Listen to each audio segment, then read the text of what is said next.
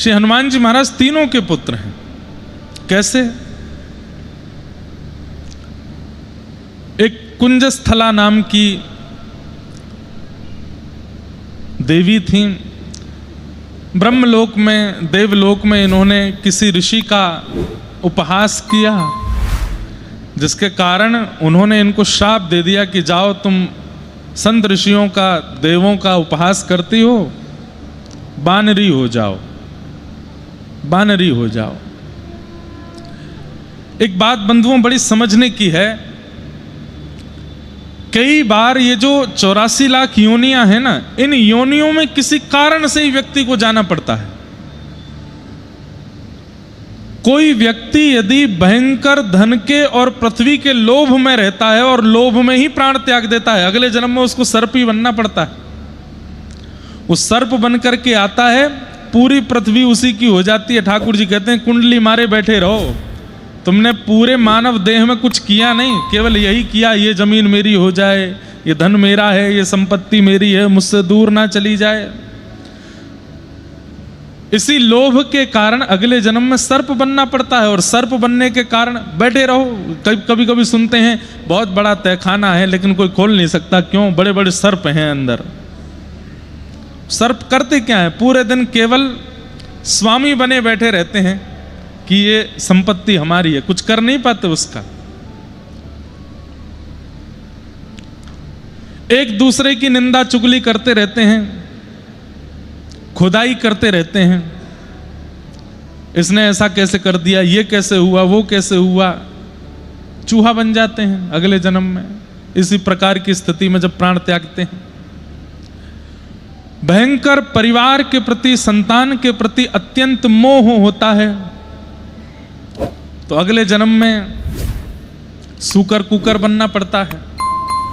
उनका भी मोह ऐसा ही होता है अपने संतान के प्रति।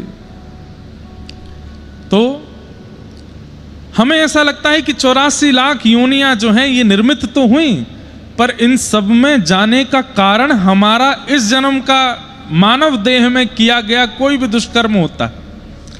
उसी में पता चला कि बानर कब बनना पड़ता है, जब संतों का, भक्तों का, वैष्णवों का जब आप उपहास करते हो, अपमान करते हो, तो अगले जन्म में बानर बनना पड़ता है। इसलिए कभी संत, वैष्णव, भक्त इनका उपहास नहीं करना। श्री भक्तमाल जी में नाभाजी कहते हैं कि कोई स्वरूप से संत है, भले ही वो अंदर से संत नहीं है, फिर भी उसका सम्मान करो। स्वरूप से तो संत है ना, उसका अपमान मत करो।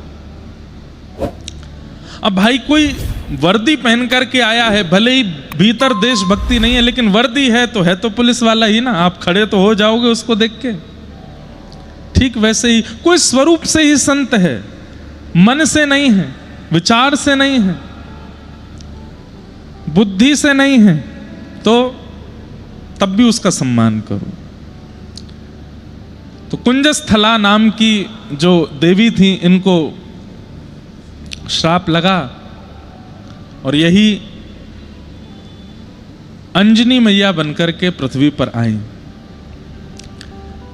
लेकिन श्री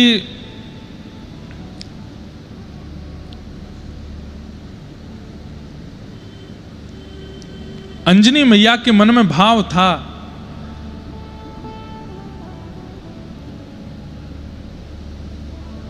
जननी जने तो भक्त जन के दाता के सूर, नहीं तो जननी बांझ रहे काहे गवावे नूर। अगर मां के गर्भ से जन्म हो तो 3 प्रकार की संतानें हो। जननी जने तो भक्त जन, या तो भक्त का जन्म हो, के दाता के सूर, क्या बहुत बड़ा दानी कोई बालक जन्म ले, या कोई बहुत बड़ा सूरवीर जो अपने देश के लिए मर मिटे, ऐसा कोई जन्म ले। इन तीनों के अलावा कोई अगर जन्म ले रहा है तो जननी इससे बढ़िया तो जन्म ना ही दे। काहे गवावे नूर, केवल खाने पीने, सोने, उठने और आनंद करने के लिए संतान का जन्म किस लिए हो। अंजनी मैया के मन में भाव है कि ऐसे बालक का जन्म हो, भले ही शाप के कारण बानर वंश मिला, लेकिन बालक ऐसा हो जिसके कारण हमारा जन्म और यह संपूर्ण वानर वंश प्रसिद्ध हो जाए और सब इस वानर वंश को देख करके प्रणाम करने लगे। यहां महादेव के मन में इच्छा है कि मेरा ही भक्त है रावण, परंतु इस रावण ने ब्राह्मणों का, गौओं का, संतों का इतना अपमान किया है, इसका वध मेरे ही हाथों हो, मैं ही मारूं। तब शिव के ही 11वें रुद्र श्री हनुमान जी महाराज हुए। 11वें रुद्र स्वरूप में श्री हनुमान जी आए। हनुमान जी महाराज के स्वरूप शंकर जी के ही अवतार माने जाते। यहां अंजनी मैया प्रार्थना कर रही हैं शिव जी से कि ऐसी कोई संतान हो। तभी आप बैठी थी एक पर्वत के ऊपर ध्यान लगा करके।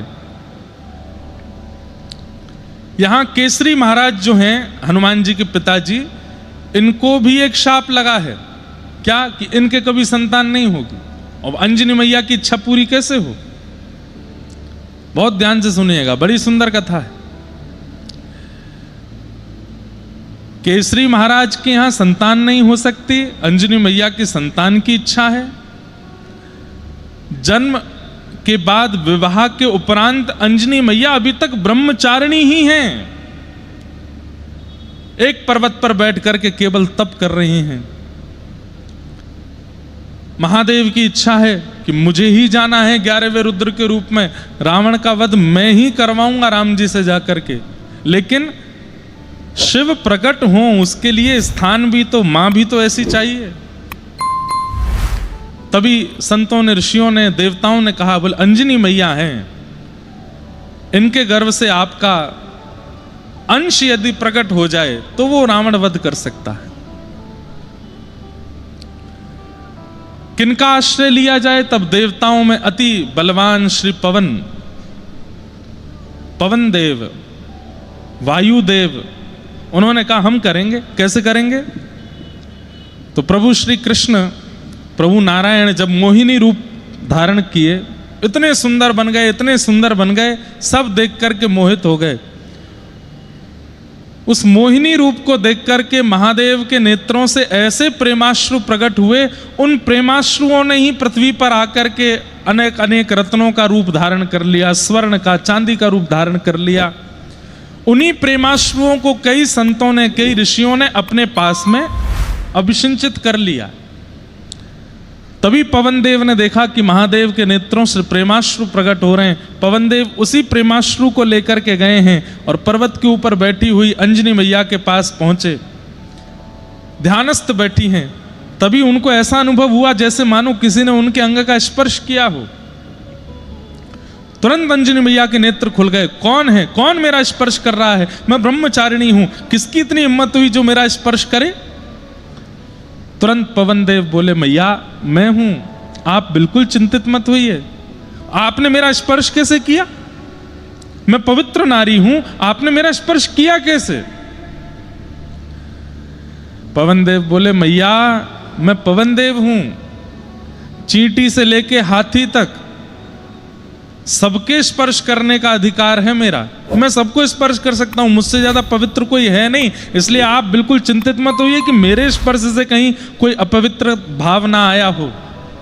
मेरा अधिकार है आपको स्पर्श करने का। क्यों आए हैं आप? बोले कि मां आपके चित्त में जो इच्छा है उसकी पूर्ति के लिए आया हूं। आप बिल्कुल सावधानी से बैठे रहिए, मैं आपके कर्ण रंध्र से कुछ भाव आपके चित्त में अभिषिंचित करूंगा, जिससे एक ऐसा बालक आपके कुल में प्रकट होगा जो प्रभु की सेवा, प्रभु की सहायता करे, जो आपकी इच्छा, जो आपकी भावना, उन सब की पूर्ति करे। और अंजनी मैया ध्यानस्थ बैठी हैं और तभी कर्ण रंध्र से वह प्रेमाश्रु महादेव का गर्भ में विराजमान हुआ और अंजनी मैया के गर्भ से प्रभु श्री हनुमान का अवतरण हुआ। अब देखो कितनी कथाएं हैं। एक कथा यह भी है। अब इस कथा से शंकर सुवन भी हो गए पवन तने भी हो गए, पवन के द्वारा प्रयास करने पर प्रकट हो रहे हैं, शंकर जी के प्रेमाश्रु से हो रहे हैं, तो दोनों भाव हो गए। और वो प्रसिद्ध कथा सबने सुनी है कि कैकेयी जी का जो खीरांग था उसको एक चील लेकर के उड़ी और जाकर के वहाँ अंजनी मैया की गोद में छोड़ दिया। उसको पाकर के श्री हनुमान जी महाराज का प्रादुर्भाव हुआ। तो उस भाव से वो केसरी नंदन भी हैं। केसरी नंदन इसलिए भी हैं क्योंकि अंजनी जी के, हनुमान जी के पिता तो केसरी भगवान ही हैं। तो केसरी नंदन भी हैं, शंकर सुवन भी हैं, पवन तनय भी हैं, तीनों के पुत्र हैं श्री हनुमान जी महाराज।